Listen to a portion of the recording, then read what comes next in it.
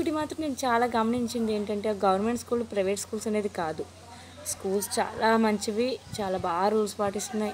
Teachers అయితే experts. ప్రతి teacher experts అనమాట. మా చిన్నప్పుడు టీచర్స్ కంటే ఇప్పుడు టీచర్స్ ఇంకా బెస్ట్. వాళ్ళేంటి టీచింగ్ చెప్పేవారు.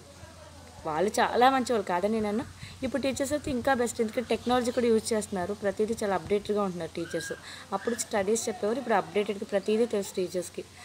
బట్ ఇక్కడ ఒకటి జరుగుతుంది. బట్ స్టూడెంట్స్ అందరికీ వచ్చా అంటే మేబీ 100% అని చెప్పలేము మనం. ఒక సమ్ సార్ట్ ఆఫ్ చిల్డ్రన్స్ మాత్రం అన్నీ వస్తున్నాయి, కొంతమంది రాకుండా ఉన్నారు.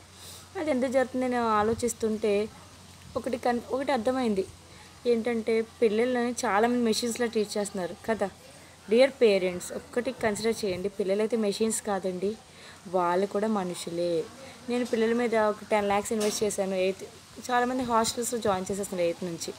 1 lakh per annum లేకపోతే 1,50,000 స్కూల్ని బట్టి ఉంటుంది. చాలా ఇన్వెస్ట్ చేస్తున్నారు. ఇంచుమించు ఒక 20 to 30 lakhs ఇన్వెస్ట్ చేస్తున్నారు పిల్లల మీద.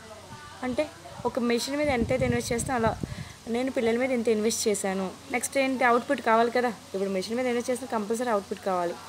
అలాగే నేను మా అబ్బాయి మీద మా అమ్మాయి మీద ఇంత ఇన్వెస్ట్ చేశాను. నెక్స్ట్ అవుట్పుట్ వాళ్ళు crores of rupees, అది మనకి ఇమ్మని కాదు, వాళ్ళే సంపాదించాలి. 1 lakh శాలరీ, 2 lakh శాలరీ కావాలి. అలా అవుట్పుట్ ఎక్స్పెక్ట్ చేస్తున్నాం కదా.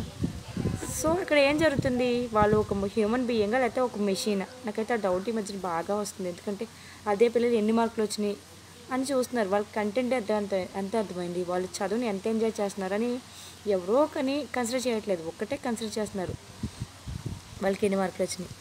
అదే ఒక మనిషిని కూడా ఒక మొక్కలాగా లేకపోతే అలా ఒక న్యాచురల్ థింగ్ లాగా ఫీల్ అయ్యామనుకోండి. ఒక మొక్కని ప్లాంట్ చేసి దానికి వాటర్ వేస్తాం. వాటర్ ఒకటే సరిపోతుందా? చక్కగా కొన్ని ఫెర్టిలైజర్స్ వేస్తాం. నెక్స్ట్ దానికి సూర్యరశ్మి కావాలి, ఎండ కావాలి, అన్నీ కావాలి కదా. అలాగే మనిషికి, ఒక హ్యూమన్ బీయింగ్ కూడా చదువు దాన్ని ఏమంటారు, ఎడ్యుకేషన్ ఒకటే సరిపోతుంది.